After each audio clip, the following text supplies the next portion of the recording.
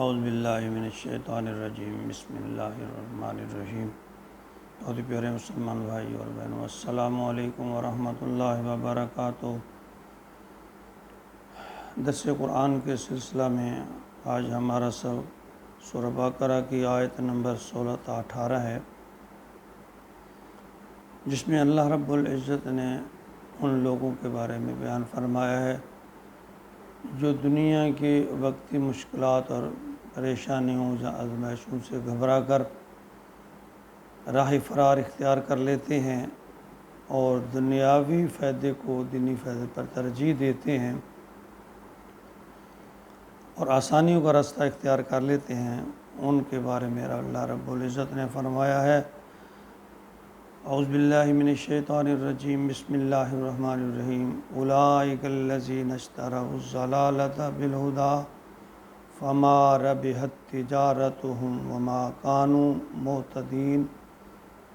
مثلهم كمثل الذی استوقد نارا فلما اضاءت ما حوله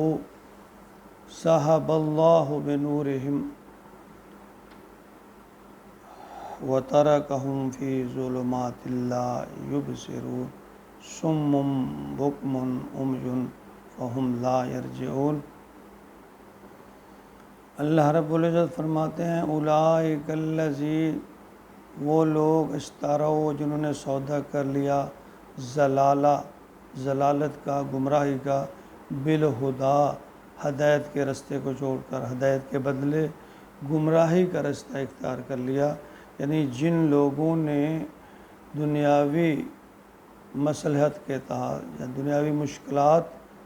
کو برداشت نہ کرتے ہوئے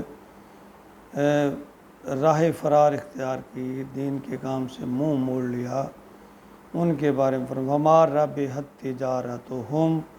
سو نہ نفع دے گی ان کو یہ تجارت، وما کانوا مہتدین، اور نہ ہی وہ راہ راست پر آئیں گے، سیدھے راستے پر ہوں گے۔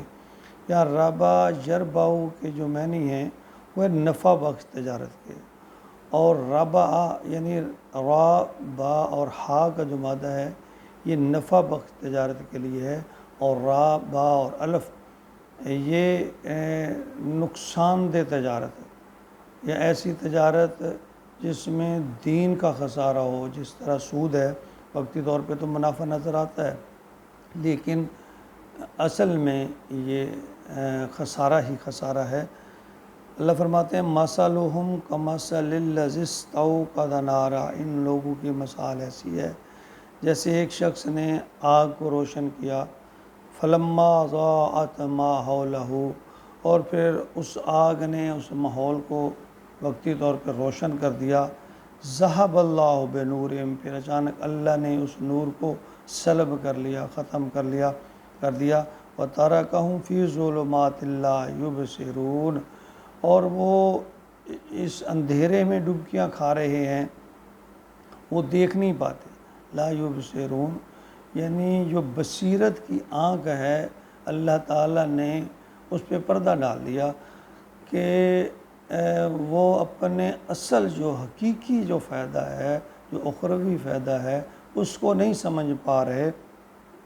اللہ فرماتے ہیں، صم بکم عمی فہم لا یرجعون، یہ لوگ بس بہرے ہیں، گونگے ہیں اور اندھے ہیں، اور یہ اصلاح کی طرف لوٹنے والے نہیں ہیں۔ آج کے دور میں بھی کچھ لوگ یہ کہتے ہوئے سنا گیا کہ جی بس حقوق العباد کا خیال کریں، انسانوں کو تنگ نہ کریں، انسان کے حقوق نہ سلب کریں، اور اللہ کے احکام کی کوئی بات نہیں، اگر کمی بیشی ہوگی تو اللہ اپنی رحمت سے معاف کریں گے۔ یقیناً اللہ تعالیٰ رحیم اور کریم ہے، وہ معاف کرنے پہ آئیں تو معاف کر دیں، لیکن یہ بھی یاد رکھیے کہ اللہ تعالیٰ منصف بھی ہے۔ ایک آدمی جو دن رات اللہ کی رحمت اور محنت کی طلب میں، اللہ کی یاد میں، اللہ کی رضا میں دن رات خرچ کر دیتا ہے، تو کیا اللہ اس کو اس کا صلہ نہیں دیں گے؟ اس کا یہ مطلب ہرگز نہیں ہے کہ ہم حقوق العباد کا لحاظ نہ رکھیں۔ حقوق دو طرح کے ہیں، حقوق اللہ اور حقوق العباد، ہم نے دونوں کا خیال رکھنا ہے، حقوق اللہ کا بھی خیال رکھنا ہے اور حقوق العباد کا بھی خیال رکھنا ہے۔ ہاں یہ ضرور ہے کہ اللہ کریم ہے اور رحیم ہے، وہ جلد معاف کر دیتے ہیں۔ اللہ کے جو حقوق ہیں اللہ جلد معاف کر دینے والے ہیں، لیکن اس کا مطلب یہ بھی نہیں ہے کہ ہم اللہ کو بالکل ہی نظر انداز کر دیں اور جو اللہ کے احکام ہیں ان کی پرواہ ہی نہ کریں۔ تو اللہ تعالیٰ جو محنت کرتا ہے اس کی محنت کو رائگاں نہیں، ضائع نہیں کرتا۔ جو آدمی رات کو اٹھ کر سردی میں وضو کرتا ہے، گرمی میں روزے رکھتا ہے اور اپنی نیند قربان کرتے ہوئے اللہ کی راہ کی طرف جاتا ہے، نماز کی طرف جاتا ہے، تو اللہ اس کے ثواب کو ضائع نہیں کریں گے، اس کو اپنے ہاں ضرور اس کا اجر اللہ تعالیٰ عطا فرمائیں گے۔ ہمیں صرف حقوق اللہ ایک طرف نہیں جھک جانا چاہیے، نہ صرف یہ کہ حقوق اللہ کی طرف ہی جھک جائیں اور حقوق العباد کا خیال نہ رکھیں، اور نہ یہی کہ بس اللہ کی تو خیر ہے اللہ معاف کر دیں گے، بس حقوق العباد کی ادائیگی ہونی چاہیے، یہ بھی مناسب نہیں ہے۔ ہمیں ایک بیلنس زندگی گزارنا چاہیے، اللہ کے حقوق کی ادائیگی بھی کرتے رہنا چاہیے، اور یہ ضرور ہے کہ اللہ سے دعا کرتے رہنا چاہیے، ڈرتے رہنا چاہیے، یا اللہ کمی بیشی جو ہے تو معاف فرما دے۔ اور اس کے ساتھ ساتھ حقوق العباد جو ہیں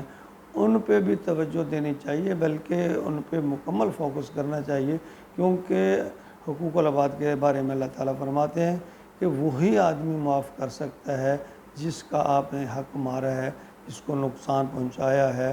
جس کی دل آزاری کی ہے، آپ اس سے ہی معافی مانگ سکتے ہیں۔ تو انسان جو ہے قیامت کے دن ایک ایک نیکی کا ہر کسی کو ضرورت ہوگی، تو اس لیے اپنی زندگی کو اس جہان میں بیلنس کریں، حقوق العباد کی بھی ادائیگی کریں، حقوق اللہ کی بھی ادائیگی کریں، اور ہر وقت اللہ رب العزت سے یہ دعا کرتے رہنا چاہیے کہ یا اللہ مجھے اپنے احکامات پر چلنے کی توفیق عطا فرما، کہ تیری توفیق کے بغیر تو یہ ممکن ہی نہیں۔ سبحان اللہ والحمدللہ ولا الہ الا اللہ واللہ اکبر ولا حول ولا قوت الا باللہ العلی العظیم۔ نہ نیکی کرنے کی طاقت، نہ برائی سے بچنے کی طاقت اللہ کے حکم کے بغیر ممکن نہیں ہے۔ اللہ ہم سب کو ایسے اس طریقے پر اس صراط مستقیم پر چلائے جس پر چل کر ہم اللہ کی رضا کے مستحق ہو جائیں، اللہ کی خوشنودی کے مستحق ہو جائیں۔ یا اللہ ہمیں ان سب باتوں پر عمل کی توفیق عطا فرما، وما علینا الا البلاغ۔